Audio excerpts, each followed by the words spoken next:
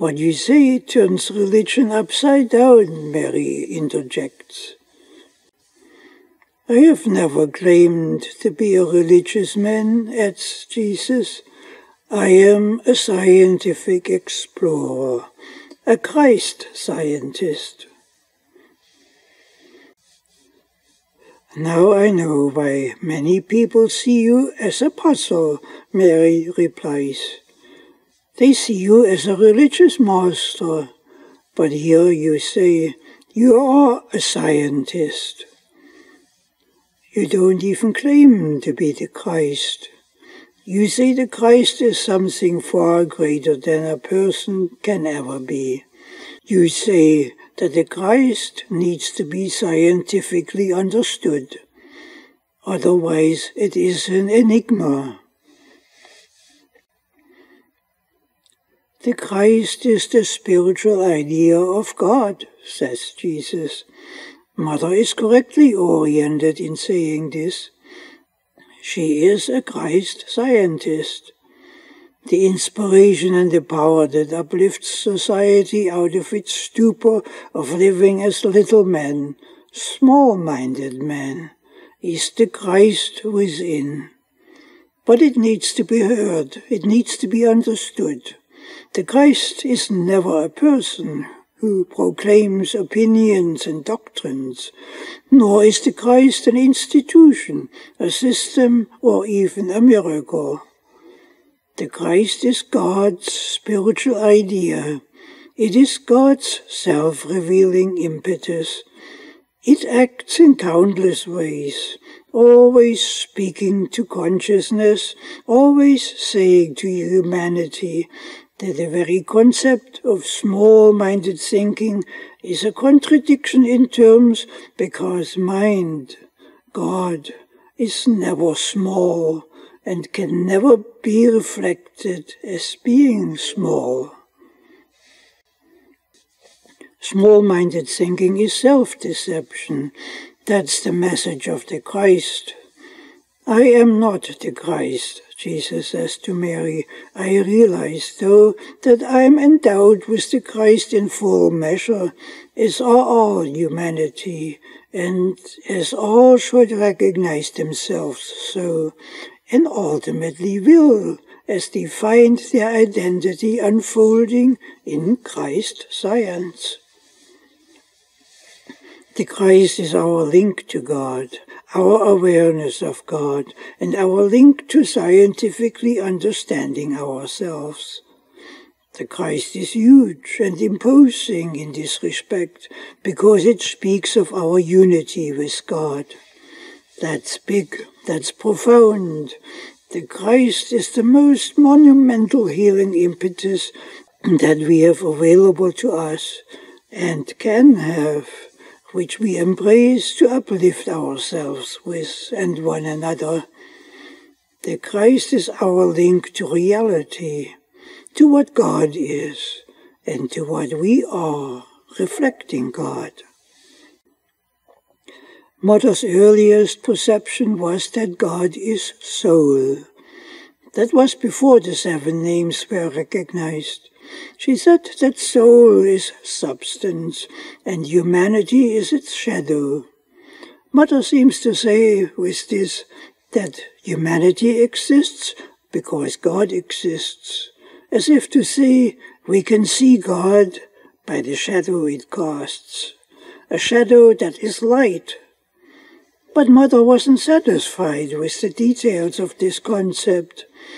The concept seemed to be too small and too feeble, too foggy. She was looking for something bigger and something clearer as a concept, as one would expect in scientific recognition. As the concept became clearer, we saw the divine shadow, as it were, to be substantial by reflection. Thus, she changed her perception of where the substance of God is located. She says it is located in humanity and the universe, where the substance of God unfolds as the substance of a divine idea. Mother says again and again that man exists because God exists. She said that man is intelligent because God is intelligent. She also says that man is substantial because God is substantial. She says that the only thing that sets God and man apart is that the names for God are written in capitalized form. Mother says that this clear concept of humanity raises the perceived status of men from being merely an appendage to God, to men being dynamically a part of God by reflection. She says that everything that we discover about God is a discovery we make about ourselves. Here, our healing of small-minded thinking begins. Mother says that when a divine idea is born, its substance for its full fruition is already within it. She says the same thing about intelligence. She says intelligence is not in God, but is a quality of God that is reflected in man and the universe. This means that God is not located in anything, but is expressed by everything. She says that God and man are not the same, that each is distinct, but both are one in being. She says that the Christ raises our understanding of the dynamic relationship between God and man, which, she says, is a scientific process. She calls us, therefore, in the Academy, Christ scientists. I often see myself as being still but a pioneer as a Christ scientist, says Jesus, while most people call me master. They are right, of course, to call me that in the context of me having worked in the Christ environment longer and more intensely than anyone I know, including Mother. Mother acknowledges this. She calls me the most scientific man on the earth. She may be right in this too. The Christ lifts us up in a profound way when we individually explore it scientifically as Christ scientists, whereby we welcome the Christ and move with it and come closer to it. Of course, we become healers in the process. Mother's Academy operates essentially as an institution of Christ scientists. We have become proficient healers in this environment that we cherish greatly. Are you running a club then, a club of scientific healers in the field? Says Mary. A club? Jesus repeats. No, Mary, our Academy is far beyond being a club. Almost the entire field of mankind sees itself structurally operating in the form of self-focused clubs, or corporations, or corporal entities, all the way up to the scale of empires. Each is a form of self-isolation, in denial of God. The Academy, in contrast, is God-focused. It is focused on exploring God with Christ science. The Christ is science. As I said, the Christ is not a thing or a person. It is the self-revealing voice of God that is heard in the form of scientific recognitions.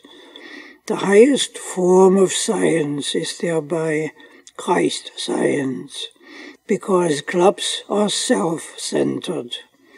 The Christ, in contrast, as a spiritual idea of God, is universal in scope, that projects the light of God, the quality of good, onto the world.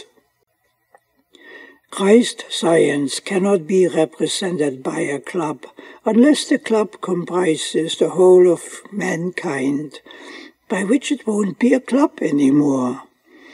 The Christ is alive in everyone's heart, though it is mostly but sparsely recognized.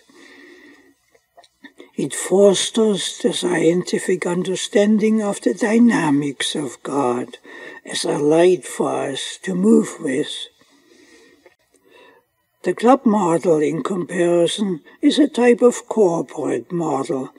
It is by design hopelessly too small to represent the Christ. However, I can see the potential for a worldwide Church of Christ scientists, a type of unlimited Christ Academy, that the whole of humanity is already a part of without realizing it. Of course, a church universal can't be a club, because the Christ is universal, as is also its science. The corporate model is primitive and rather simple. It is signified by the letter I. The I has a circle drawn around it. The I is inward-looking. It focuses its entire field of vision onto itself, its assumed corporeal self, a concept of self-isolation that the circle represents. The I sees only itself. It seeks fame, status, beauty, power, wealth, and so on, to enlarge itself within its circle, and steals whatever good it may recognize outside its corporate circle for this purpose. Empire is an extreme form of it. It confiscates whatever is in reach in order to enrich the I within it. That is its center, its oligarchy, its purpose, its perceived all. That's what a club looks like, Mary. Most people operate on this corporate platform. We in Mother's Academy strive to operate on the divine platform that is built on Christ science. We have discovered the model with inspiration, reason, understanding, and experience. We are Christ scientists. What we are building on as a platform is the total opposite of the corporate model. We are building on the universal model of man that is also the model of God. We have recognized what had actually already been evident in the time of Moses' story when it was written, when God was recognized in the story as the great I Am, as the self-revealed I Am, revealed to Moses, as the scriptures say. The I Am is a revolutionary concept that says to humanity, you are because I am. Higher you cannot look. That's our model, Mary, the model that we recognize in the Academy. That's the model of God and man in unity. God says to humanity, I am, therefore you are. I and you are dynamically one in being. This is profound. Also, you cannot draw a circle around the I Am. The circle is impossible here. There is no outside of God, of the divine, possible, because the divine is all. The omission of the circle illustrates the profound reality that enables wide-ranging healing processes. Because an outside is not possible, whatever appears to be located outside the infinite, I am, has no more substance than a false perception, the substance of a dream. What appears in the dreaming is the error of the corporate model asserting itself, staking a claim which it has no right for under the law of God. This is important.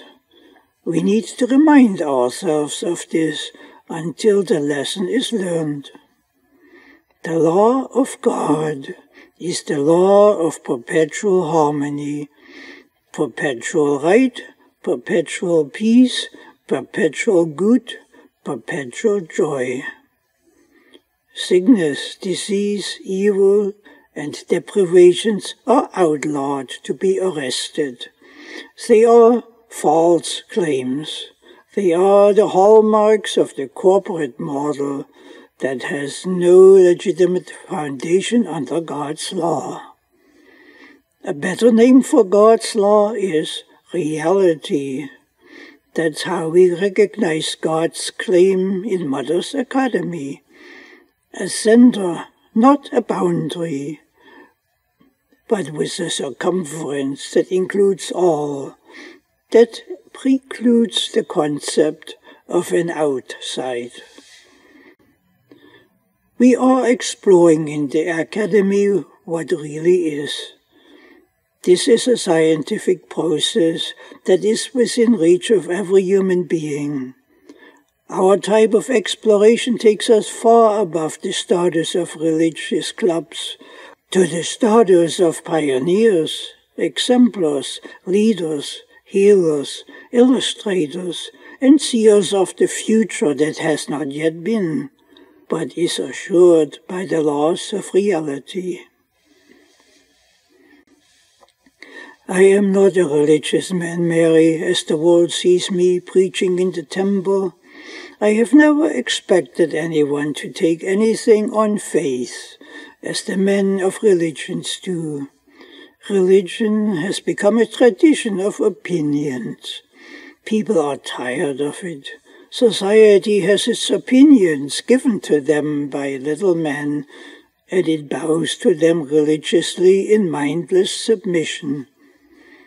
Opinions thereby become doctrines, and doctrines become the law, and whoever is found guilty in defiance of it is found guilty of heresy against the doctrine. He is scoffed at, ridiculed, and is easily murdered in the name of God. It is too dangerous for most people to stand up for what they know to be the truth. In some religions, the infidels become beheaded. In other religions, the victims become tortured to death by society, being demanded to throw stones at the victims under the doctrine until they die from the injuries inflicted. No, Mary, I am not a man of religion, but I am a scientific explorer who is seeking the truth about God and the fullness of God's creation reflected in men. The worst thing that I could do is to ask people to take anything of what I have discovered on faith. If what I have discovered cannot be understood scientifically and be acknowledged on the basis of their uplifted experiences, and in the freedom found in experiencing the resulting good and expanded harmony, then my discoveries are worthless. My counsel on the subject of faith is for people to have faith in themselves as human beings, as the reflected image of God, and to have faith in good, knowing that God is good. Apart from these fundamental points, there is nothing gained by taking anything on faith. I expect people to understand what they seek. I have said this many times.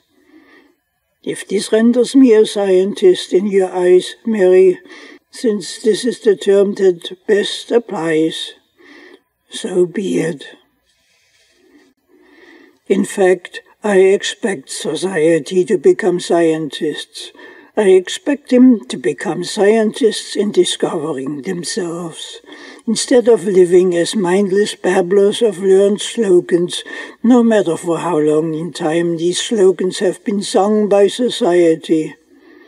Slogans are songs of little minds. That's why I must ask you to become actively involved in working with the model of God and men, not on faith, but by understanding it, by proving it, by living with it, and by developing it further according to what you experience. That's the process of the Christ. The Christ is not in the model, or in any model. However, our advanced modeling becomes an aspect of moving with the Christ. The Christ is not in the academy or in me, but is explored by us in living. We are learning its language, nor is the Christ in science. Science develops our perception of the Christ, and with it a perception of who we are and what God is.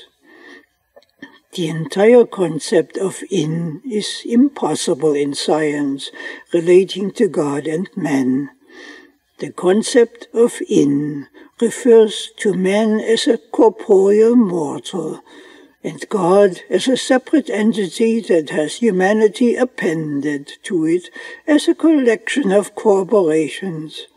That's not possible. None of this is possible, except perhaps in dreams. Rome as an empire is a corporation. It is a dream. As I said before, a corporation is an entity that dreams itself to exist outside the law of God, which renders it free to create its own laws, to do what it pleases. Thus, Rome, by its actions, like every empire, is a corporation which renders it a dream where nothing is real and enduring. In the real world, the individual human being is far from existing as a corporation that is free from the law of God. Humanity is one with God and is supported by the law of God. That's a big difference. As I also said earlier, the model for man as a corporation is basically simple. It consists of the letter I, surrounded by a circle. Of course, there is no point in exploring a model of this type, which is 100% erroneous and exists only in dreams. That's why we have built the great model, to explore what is real about God and man. Like God, man is wide, profound, divine, and totally real, as is God. And that's not simplistic. The model must reflect all that God is. This means that there exists many more links within the model, which are all important in their way, such as the link across the center of soul. Spirit and life link through soul. Likewise, principle and truth link through soul. Here, the garden of exploration becomes more complex. Soul has a significant role to play. This role becomes still greater if one links the extremities of the model, mind and love, likewise through soul. Between mind and love, soul is the glue. Soul is the nuclear strong force that ties the whole thing together. All germs in the mortal come to light profoundly when seen through soul. This means in human terms that all aspects of God are coming to light through our heart and soul. Soul pulls everything together tightly and brings us close to God, as there is but one universal soul. If one draws a circle around the upper part, from mind to including soul, one groups together a functional unit that furnishes our creativity and powers our productivity, our science. One might say this is the group that represents the intelligence component of soul. Yes, soul is intelligent. If one does the same for the layout of the lower half, one encapsulates life, truth, and love with soul. This combination groups together our down-to-earth half, our unity with one another, our social cooperation, our sexual intimacies. One might say that this group represents the substance component of soul. Yes, soul is substantial. Furthermore, if one combines the two halves that way, soul becomes an anchor that holds both halves together. The divine idea man becomes therefore a single beautiful construct with a center that is soul. Soul is its heart, with intelligence and substance as its complementary wings. The intelligence wing and the substance wing, like two wings of a bird. Every bird flies on two wings, so does soul. It flies on the wings of intelligence and substance. Both are wings of God, and by reflection, wings of man. Man exists because God exists. Man is intelligent because God is intelligent. Man is substantial because God is substantial. Reflecting God, soul, the all-knowing, all-seeing, all-acting, all-wise, all-loving and eternal, from which all substance flows and all intelligence flows into it. This also means that soul has two complementary components associated with it, the intelligence component and the substance component. In fact, the entire structure is made up of pairs of complementary components, with soul at the center. Every one of the complementary components is as critically important to the whole as are the two complementary wings of a bird. The two wings of a bird complement each other and enable the bird to fly. Every bird lives on two wings. If one of the wings fails, the bird dies. Likewise us, we live on two wings, the intelligence wing and the substance wing, for example, of the bird that is soul. When one of the wings becomes dysfunctional by our denial of God, civilization dies, and humanity dies with it. I can see the entire model as a complex structure of complementary wings, says Mary. Look at mind. It flies on the wings of principle and spirit. If one of these is neglected, the bird doesn't fly. Likewise, love. It flies on the wings of life and truth. If one of these is neglected, love as a bird doesn't fly. You are right on the mark, says Jesus. And don't forget soul, Mary. Soul has two sets of wings. The wings of principle and spirit are its intelligence-oriented wings, and the wings of life and truth are its substance-oriented wings. Soul also has still other wings, such as the wings of principle and truth, interjects Mary. And soul flies in addition on the wings of spirit and life. Don't forget the wings of mind and love, soul's greatest wings, interjects Jesus. It appears that nothing exists in the spiritual universe that isn't complementary in some form and serves as wings for soul. Soul is central to everything. The Christ speaks to the soul through the myriad channels of God. The ancients had a sense of this when they referred to their central pool of their temples as the pool of abundance. Soul is the pool of abundance, because it is a bird that flies with everything as its wings.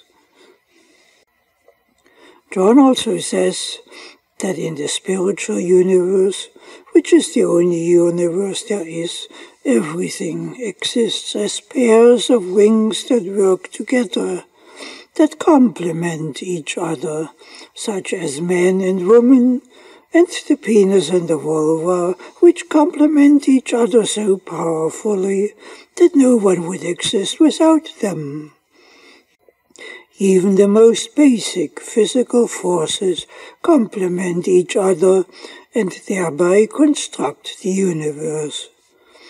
That's what John has discovered. He says we wouldn't have a universe without them.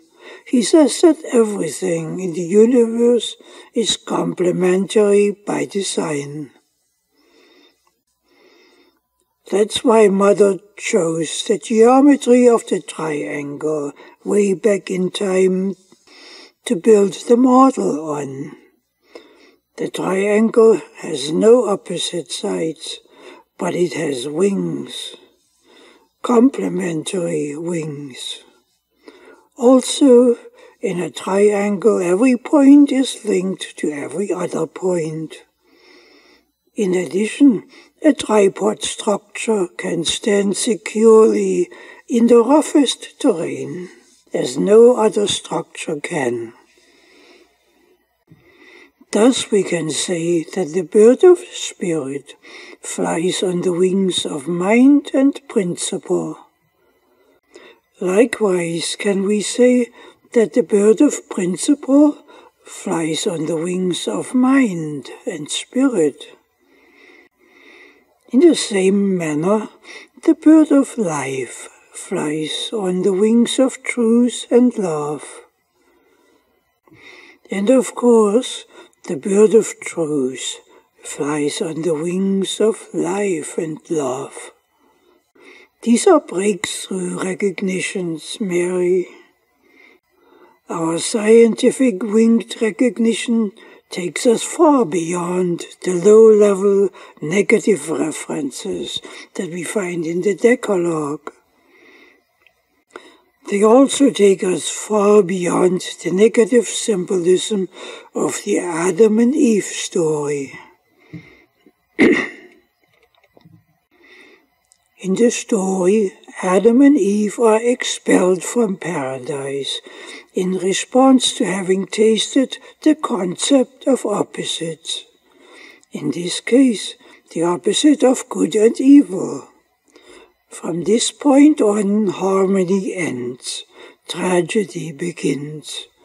The writer of the story was aware of the devastating effect of accepting opposites. Opposites are an empty illusion that supports nothing and gains nothing. God doesn't create opposites. The writer wasn't aware of the concept of complementary wings. The story was written so early in time that a language didn't exist to illustrate the complementary wing concept. But we can do this now.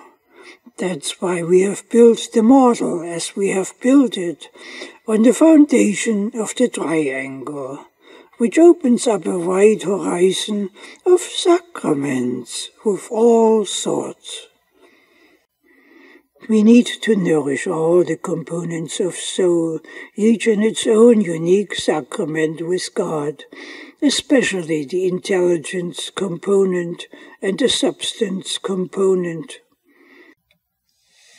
We need to celebrate the sacrament of mind as being one with the divine mind. Our science, cultural technologies, agriculture, and discoveries of universal principle, and so on, are all components of our sacrament with mind. We also need to celebrate the sacrament of love, reflected in loving. The universal welfare of the world depends on that. It includes sexual intimacies unfolding into political intimacies of a common universal soul that flows through love in every richer streams of good. Good is the substance of soul, carried in the streams of love. The component must not diminish. Love must never diminish in any of its myriad forms. Both components must be nourished together. To neglect one or the other has tragic consequences. This nourishing is critical, even if the world shies away from some elements by so many small-minded doctrines and objectives. If one applies the model, for example, to the physical shape of the human being, the head of the human being relates to mind on the top, and love relates to the genitals at the bottom. In other words, the mind must nourish love. This is really how the human being functions in all aspects, even sexually. Without the mind, there would be no sexual intimacy happening. The sexual process is almost entirely a function of the mind, at least a large portion of it. The mind and the love of humanity are typically linked, and they are linked through soul, the great pool of abundance. This takes sex far out of the corporate model of men, where the I is the center of all, where sex is a problem, because sex isn't native to the corporate model. It doesn't work there. It doesn't heal anything. It doesn't satisfy.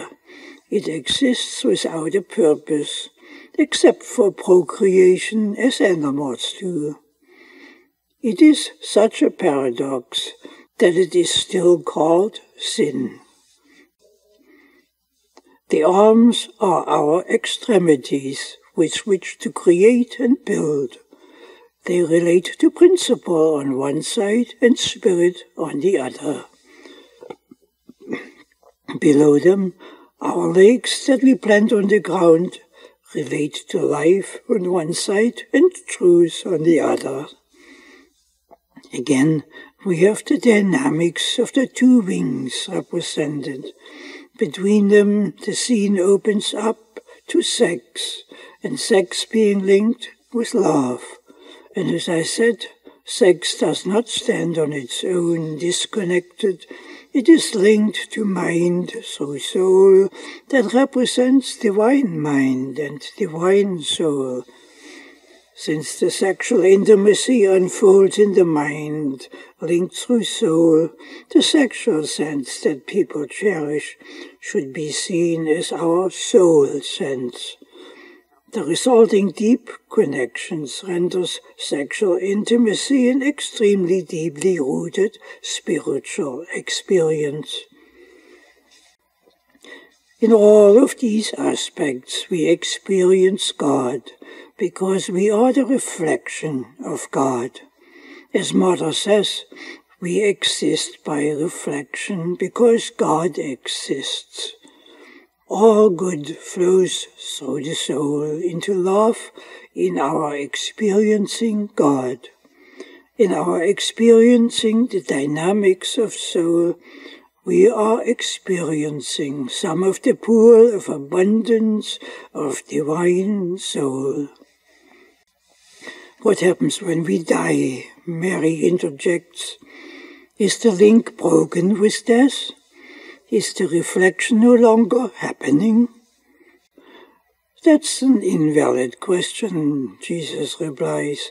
It is invalid because negative references are invalid. Death isn't a factor in divine mind, neither should it be for us. Think in terms of completion. God doesn't stop. Omni has a dual meaning in the scientific sense. It means all. It also means forever. This divine quality also applies to us. We develop this quality when we become active in developing the future. Love isn't an end in itself, it is an open channel through which we build the future.